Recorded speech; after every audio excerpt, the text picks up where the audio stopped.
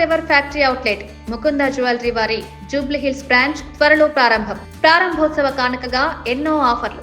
హైదరాబాద్ మహానగర పాలనలో పెను మార్పులు రాబోతున్నాయి. తెలంగాణ రాజధాని హైదరాబాద్ను గ్లోబల్ సిటీగా తీర్చిదిద్దే క్రమంలో పాలనా సౌలభ్యం కోసం నగరాన్ని 3 మున్సిపల్ కార్పొరేషన్లుగా విభజించాలని రాష్ట్ర ప్రభుత్వం యోచిస్తోంది. సోమవారం సాయంత్రం కమాండ్ కంట్రోల్ సెంటర్లో ముఖ్యమంత్రి అధ్యక్షతన జరిగిన మంత్రుల సమావేశంలో ఈ అంశంపై సుదీర్ఘ చర్చ జరిగింది. నగర విస్తరణ, కొత్త డివిజన్ల ఏర్పాటు, రాబోయే మున్సిపల్ ఎన్నికల వ్యూహంపై ఈ సమావేశంలో కీలక నిర్ణయాలు తీసుకున్నట్టు సమాచారం. ప్రస్తుతం ఉన్న జీహెచ్ఎంసీ పరిధి చాలా విస్తారంగా ఉండడంతో ప్రజలకు సేవలు అందించడంలో జాప్యం జరుగుతుందని ప్రభుత్వం భావిస్తోంది. ఈ నేపథ్యంలో ప్రస్తుతం ఉన్న కోర్ సిటీని ఓ కార్పొరేషన్గా ఉంచి శివారు ప్రాంతాలను కలుపుతూ మరో 2 కొత్త కార్పొరేషన్లు ఏర్పాటు చేయాలనే ప్రతిపాదన పరిశీలనలో ఉంది.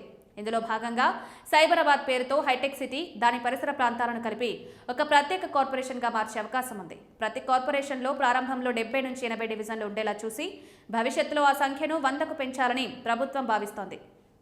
నగర పరిమితుల విస్తరణ, కార్పొరేషన్ల విభజన ప్రక్రియను వేగవంతం చేసేందుకు ప్రభుత్వం ఆర్డినెన్స్ జారీ చేయాలని నిర్ణయించినట్లు తెలుస్తోంది.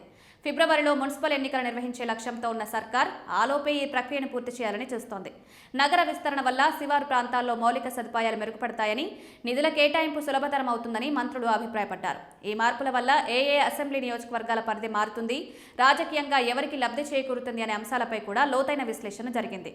ఇటీవల జరిగిన పంచాయతీ ఎన్నికల్లో పార్టీ సాధించిన ఫలితాలపై సంతృప్తి వ్యక్తం చేసిన ముఖ్యమంత్రి అదే ఊపును మున్సిపల్ ఎన్నికల్లోనూ కొనసాగించాలని మంత్రులకు దిశానిర్దేశం చేశారు. ఓటర్ల జాబితా సవరణ ప్రక్రియ పూర్తయిన వెంటనే ఎన్నికల షెడ్యూల్పై తుది నిర్ణయం తీసుకోనున్నారు. నగర విస్తరణ కేవలం పాలన కోసమే కాకుండా రాజకీయంగా పట్టు సాధించే వ్యూహంలో భాగంగా కూడా కనిపిస్తోంది. కొత్త డివిజన్ల ఏర్పాటు ద్వారా స్థానిక నాయకత్వానికి ఎక్కువ అవకాశాలు లభిస్తాయని ప్రభుత్వం భావిస్తోంది. కాగా నగర విభజన ద్వారా ట్రాఫిక్ నిర్వహణ, వ్యర్థాల సేకరణ, తాగునీటి సరఫరా వంటి పౌర సేవలను మరింత సమర్థవంతంగా అందించవచ్చని నిపుణులు చెబుతున్నారు. ఒక్కో కార్పొరేషన్కు ప్రత్యేక కమిషనర్లు, నిధుల కేటాయింపు ఉండడం వల్ల నిర్ణయాలు వేగంగా తీసుకోవడానికి వీలవుతుందంటున్నారు.